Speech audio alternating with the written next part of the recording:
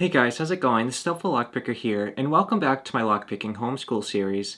The video I have for you today is going over how tensioning methods can alter the binding order of a lock. What I'm going to do is use this Schlage SU1 Leashy tool to help better demonstrate that. More information is coming up on this topic in just a second. Please stay tuned.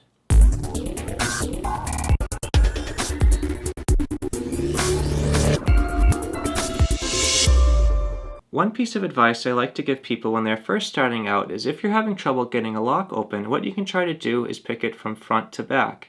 And if that is still giving you trouble, you can try doing it from back to front. You can try to alternate your tensioning method going from clockwise to counterclockwise, and you can mix it up any which way. If you do happen to pick your lock open in the wrong direction, you can always try to rectify it with a plug spinner, so you will not need to worry about picking open your lock the wrong way. But what I'd like to do today is show you how your choice of tensioning direction can actually affect the binding order. So what I'm going to do is I'm going to first pick this lock doing clockwise picking. So I'm going to put some clockwise tension. We're going to start off with pin number 1. I got a good shear line click and that one feels set. 2. Got a very small distinct click but the key pin feels set. 3. Nice click, that feels nice and floppy on the key pin, so that feels set. 4, big click, feels set. And now 5, big shear line click, and now the lock is opening up.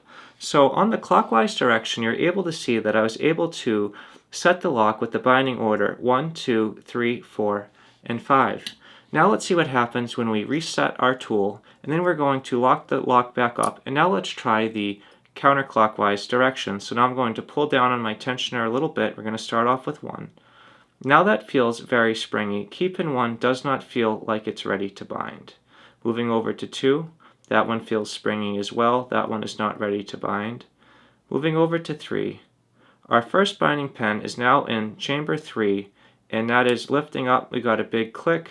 The key pin feels like it is set. It feels nice and floppy. Now we're going to move on to 4.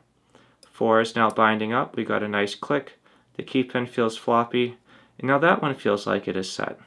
Moving over to 5. Got a nice little click.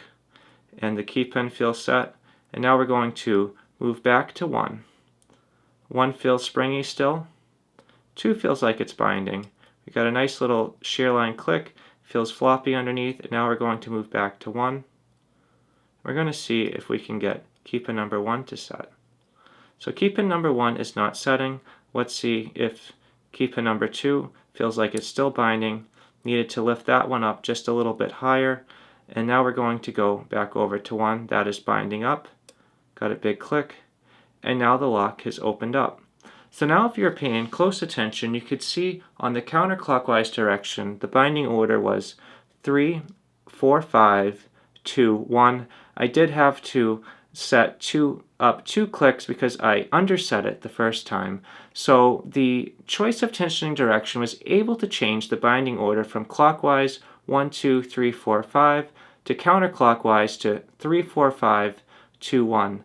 If you're ever having trouble with a lock, just bear in mind that you may have some aggressive key bitting and you may want to have the binding order in a way that is going to be advantageous to you, so it never hurts to try to switch up your method so you can try to be more successful. But either way guys, this is all that I have for you today. This is a really quick close-up view on how the binding order can change based off of your tensioning choice. If you guys have any questions or suggestions, please drop them in the comment section below. If you enjoyed this video and you'd like to see more like it, please subscribe. As always, thank you so much for checking out this video, and I hope you all have a great day, and thank you so much for checking this out.